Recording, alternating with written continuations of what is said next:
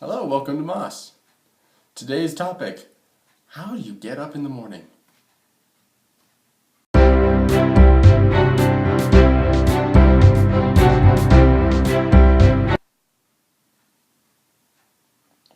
So, Baxter, now that we've done that, what time do you get up in the morning? Right now, because of work, I typically get up around 5 to 5:15 in the morning. Ugh. When do you get up? Depends on the day. Let's see, Sunday I get up at 8:40, because I have to leave at 9. Monday, I don't have to get up, so 10-ish. Tuesday I have to get up at 8, Wednesday I have to get up at 10, Thursday I have to get up at 9, Friday I don't have to get up, Saturday I usually don't have to get up. You have it easy. Yes, I do. I get up at 5 days out of the week. But most people probably get up earlier, depending on what kind of job they're in. I'm in construction right now. I'm working with construction, so I have to get up earlier. Well, let's start with you. How do you get up in the mornings typically? How do I get up? So in the mornings I have to get up. Well, I set my alarm. I only require one alarm. That's very nice, I find. I know a lot of people, Jenny, my sister, has to have 2, maybe 3 alarms to get her up.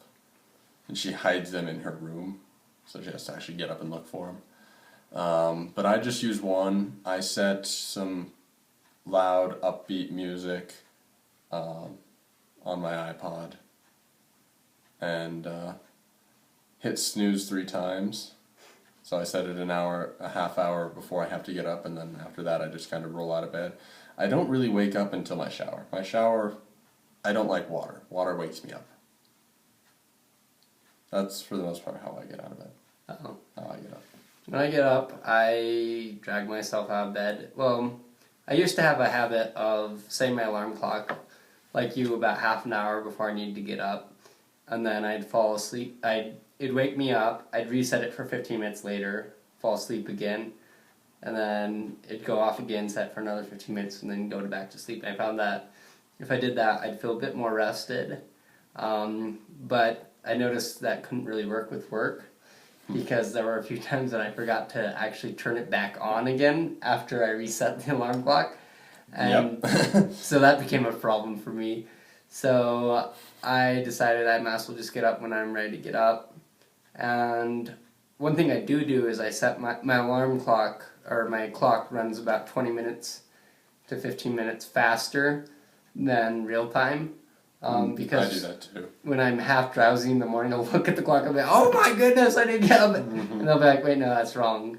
But by that time, the shock's woken me up enough to drag myself out of bed.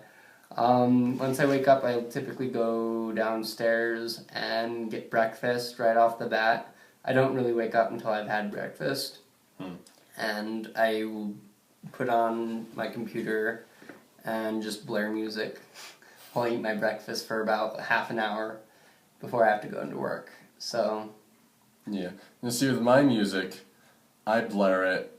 My alarm doesn't actually let me set the volume for what it goes off at, and it goes off really loud. And it just makes me angry. So I wake up angered, usually. yeah, I've actually had troubles with oversleeping my alarm clock these last few days. Really?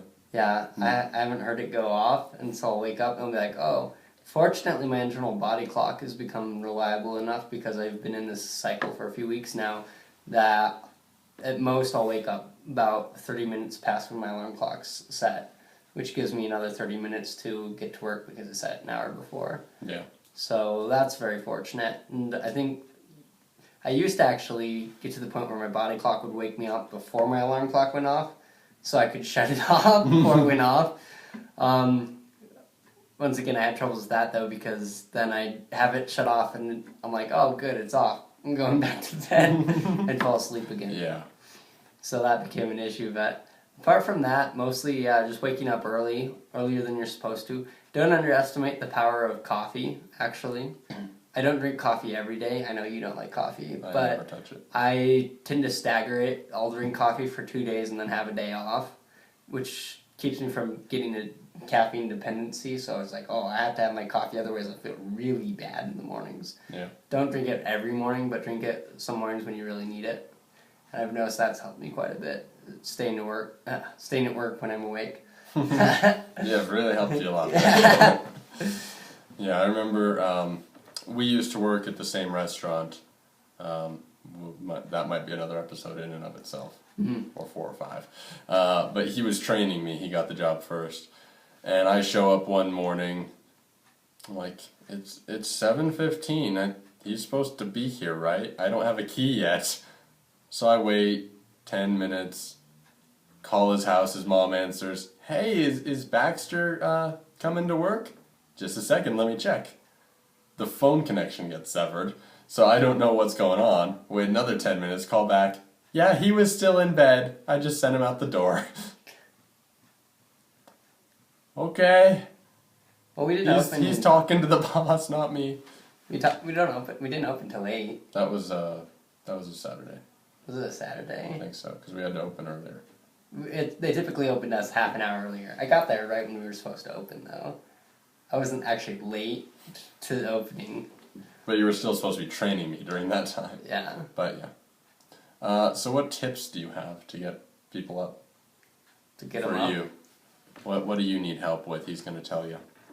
Hiding alarm clocks actually really works good. Having multiple alarm clocks works good. Never put the alarm clock within reach. Especially in reach of your bed.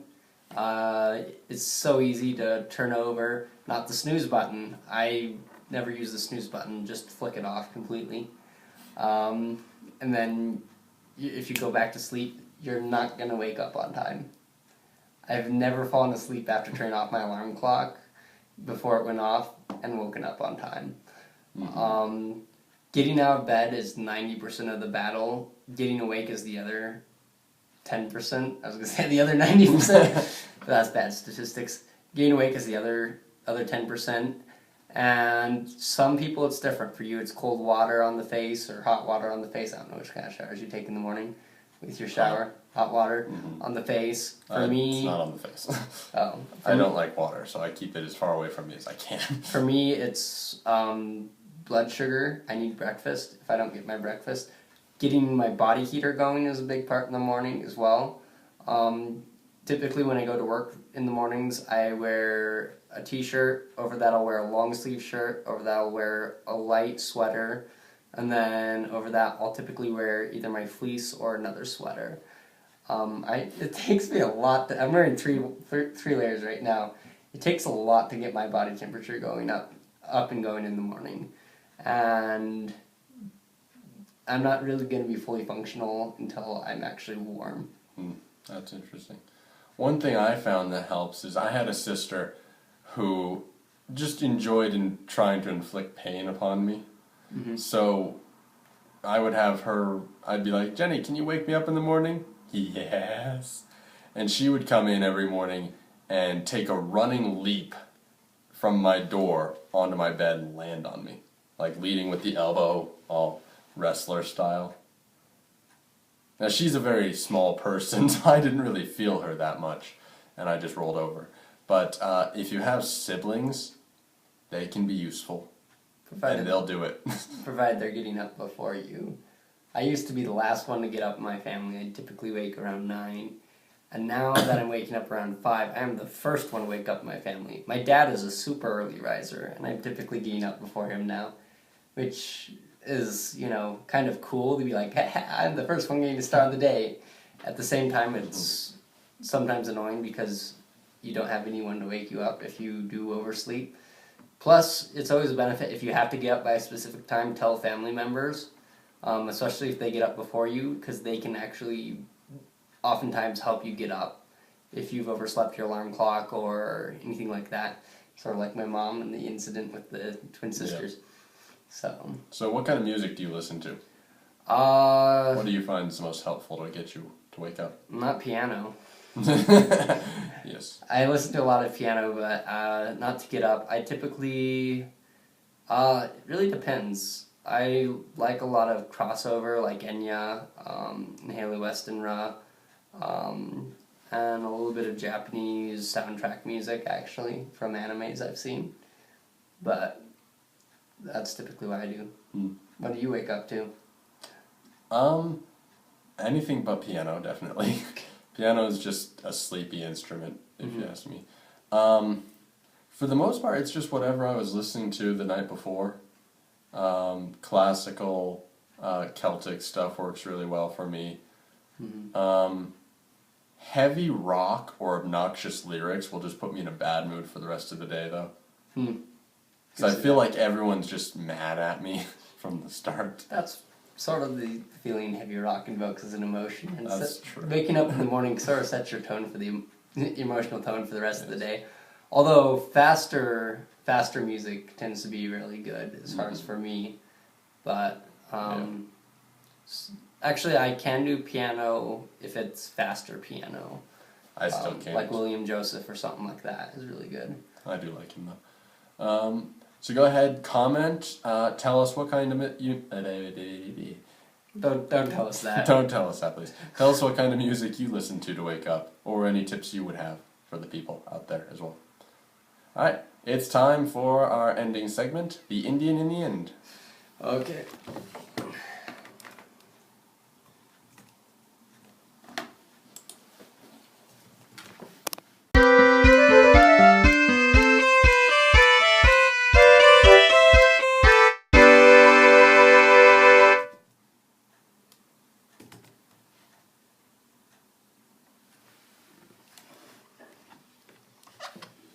Okay. Hello, this is tech support.